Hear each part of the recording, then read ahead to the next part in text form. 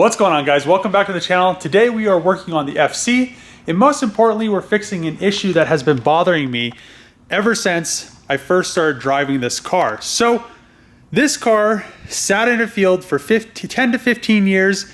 Not exactly sure how long, but it sat in a field for a long time. The issue with this car, surprisingly enough, isn't the engine, the tranny, or any of the drivetrain components. The issue lies in the suspension. So the bushings have pretty much all dry rotted, and every time you go over a bump or anytime there's a change in the road, this thing just really wants to go wherever, it wants to take you wherever it wants to go. So what we're going to do today is we're going to be replacing the bushings. So I will put a link in the description for the poly bushing kit that I got. Also, on top of these bushings, we are going to be eliminating the rear steering on this car. So the RX7 has this, it's a variant of Hikis, but it doesn't incorporate a power steering rack in the rear like the VR4, the 240, the GTR. It is, I'm not exactly sure how it works, but I ordered a lockout for it. I guess the bushings for that system are a cause for some weird feeling. It feels light in the rear, so I ordered it anyway just to delete it while we're doing all these bushings. Once the bushings are done, this car should handle like a dream, other than some other suspension components, but we'll get to that in later episodes. We are just going to focus on the poly bushings and the variant of Hikis, I'm not sure what it's called, delete. And it's actually pretty simple. It's a lot easier than the VR4 one. So it's just a hard bushing with an aluminum race inside of it, or aluminum shank, whatever you want to call it. And it just eliminates and locks it out so it doesn't, because that turns a little bit.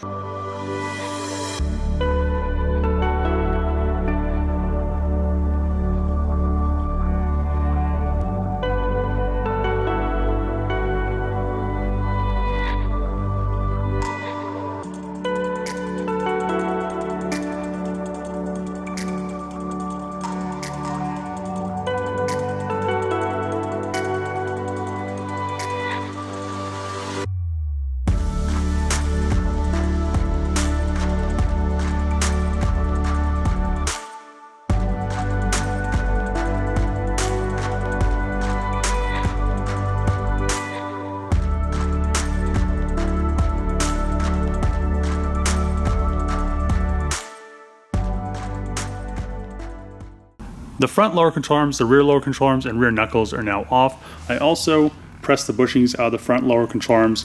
These bushings back here are pretty much glued to the control arms, so I'm gonna have to cut those off. Usually those are supposed to have lubrication on them and they move. That's probably where some of the squeaking is coming from when I'm going over bumps and everything. And yeah, I'm going to blast these aluminum lower control arms. I'm also going to blast the rear knuckles as well, and then put new bushings in these. And I also need to put the bushings in the sway bar end links wherever they're at. Yeah, these right here. The front ones aren't as bad as the rear ones, but and also the sway bar bushings as well in the front and the rear, since I have them. A good thing, I've never used them before, but these boots on the front ball joints are torn, but the ball joints are still good. So I'll actually finally utilize the energy suspension dust covers or whatever they have, and that will resolve that issue so these won't go bad. Just got done blasting the front lower control arms and the rear knuckles, and aluminum always looks so good right after you blast it. And now what we're gonna do, I'm going to button up the front lower control arms. I'm going to cut both of those bushings off. That's probably the only way I'll get those things off of there. They're pretty glued on. Then after that, I'll do everything to the front lower control arms, put them back on, work on this rear lockout. It just slips right in, and then we'll work on the one bushing that goes in the rear lower control arm.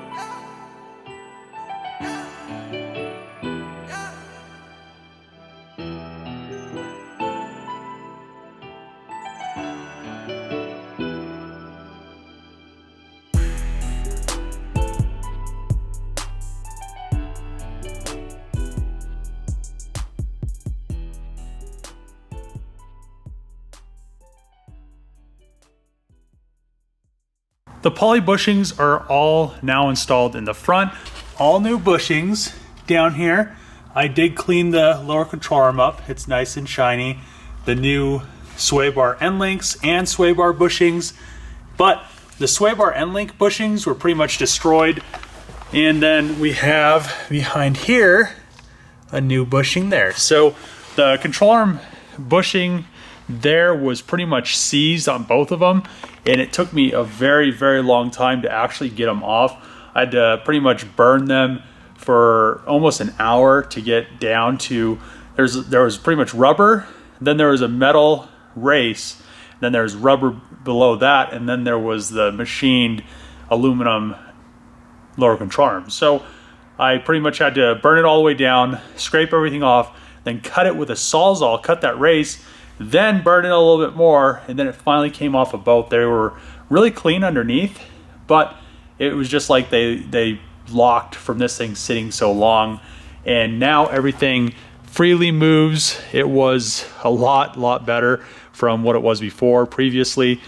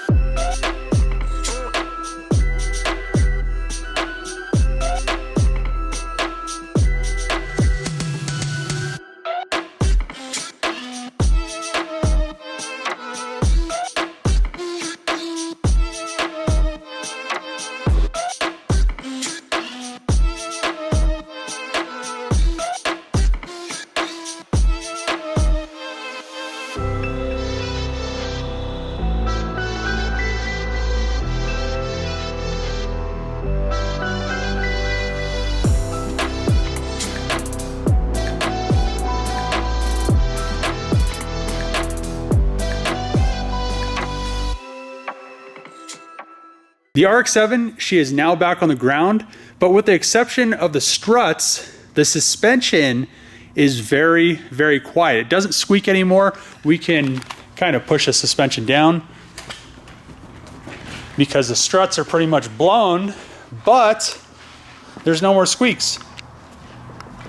And the suspension actually does its job and moves freely.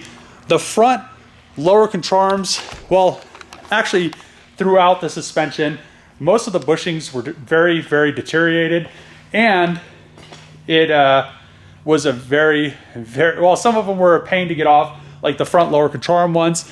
They were pretty much seized on the control arm. As you saw, I had to burn them off, which took a very, very long time. I didn't think it was going to take as long. I tried cutting them off, but then there was a metal race halfway down in the rubber, so I had to get the lower control arm hot enough to actually get the bushing released, the rubber bushing released from it. And that took a long time. So now we have suspension that actually moves. It almost looks like the wheel is straighter, and I didn't undo the strut from the knuckle, so the suspension in the front probably doesn't even need to be aligned. The rear suspension, I set it to 0, and it looks pretty good, but I do need to get alignment. I want to do a few other mods to this before I do alignment. So we will pretty much get all those other mods done and then do the alignment. But I was really happy to get that Hikis rear steering thing locked out, and now it's all solid back there. I do want to powder coat the subframe eventually. I didn't do it in this rebuild series because I didn't want it to take so long, and I wasn't replacing the bushings in the subframe, and I really didn't need to pull the whole subframe out. I do want to eventually replace the diff mount because those are problems in FCs, but this one seemed like it was pretty okay, even though, you know, it's probably on its way out. I'll probably end up doing that when I do the, you know, the engine mounts and the tranny mounts, because those are very, very bad in this thing. But other than that, this car is come so far from sitting in the field. Now it actually probably will handle a lot better. I'm gonna go take it for a test drive really quick, see if it, you know, if there is any difference. The suspension was shaking. I don't know if that's because of the struts. I very, very highly doubt that struts were making it want to like go all over the place. There were a few bushings. Mostly the sway bar end links were the ones that were bad. That one in the back for the lower control arm was a little worn, but it didn't seem like it was any cause for concern. So I guess we'll see. We'll go take this thing for a test drive and kind of make our decision. But I do have another mod I'm going to do in the next video, and I think the next mod is going to make this thing look so nice, and it'll actually make the exhaust look better. It'll actually make the whole car look better. I need to get taillights because that one's broken, and I guess I'll just get the S5 ones. I think they're the S5 ones, and yeah, we're coming along, aren't we?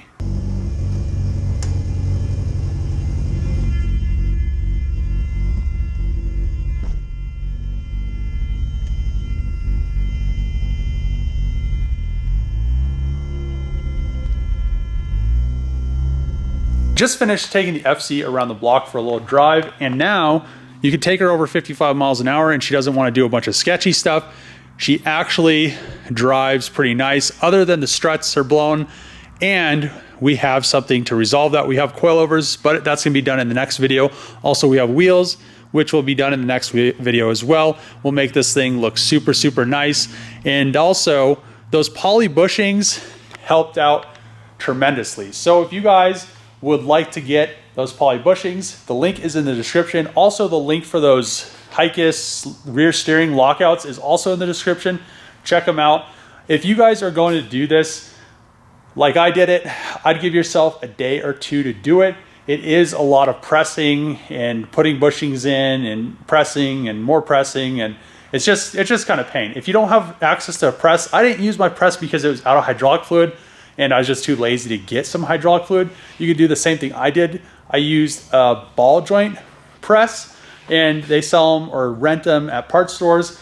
I have a Snap-on one. I think it's a little bit bigger, but as you saw, I just use sockets, which works a lot better than having to get a bunch of different size dies to press bushings out. So if you don't have the dies, use sockets. They increase in diameter as they go up, and it's just really easy to just use sockets. So hopefully you guys learned some stuff and some tricks to do this. It is kind of a pain. I did also want to get the diff solid bushing and stuff, but I'll do that next time and get that thing all taken care of, get it powder coated and all that stuff, so we can get this thing hopefully driving a little bit better. It does still need alignment, but it is a lot better than it was before. It actually doesn't feel like you're gonna die when you take it over 55 miles an hour. And yeah, it's getting better every time we do something to it. So if you like these videos, make sure to smash the subscribe button.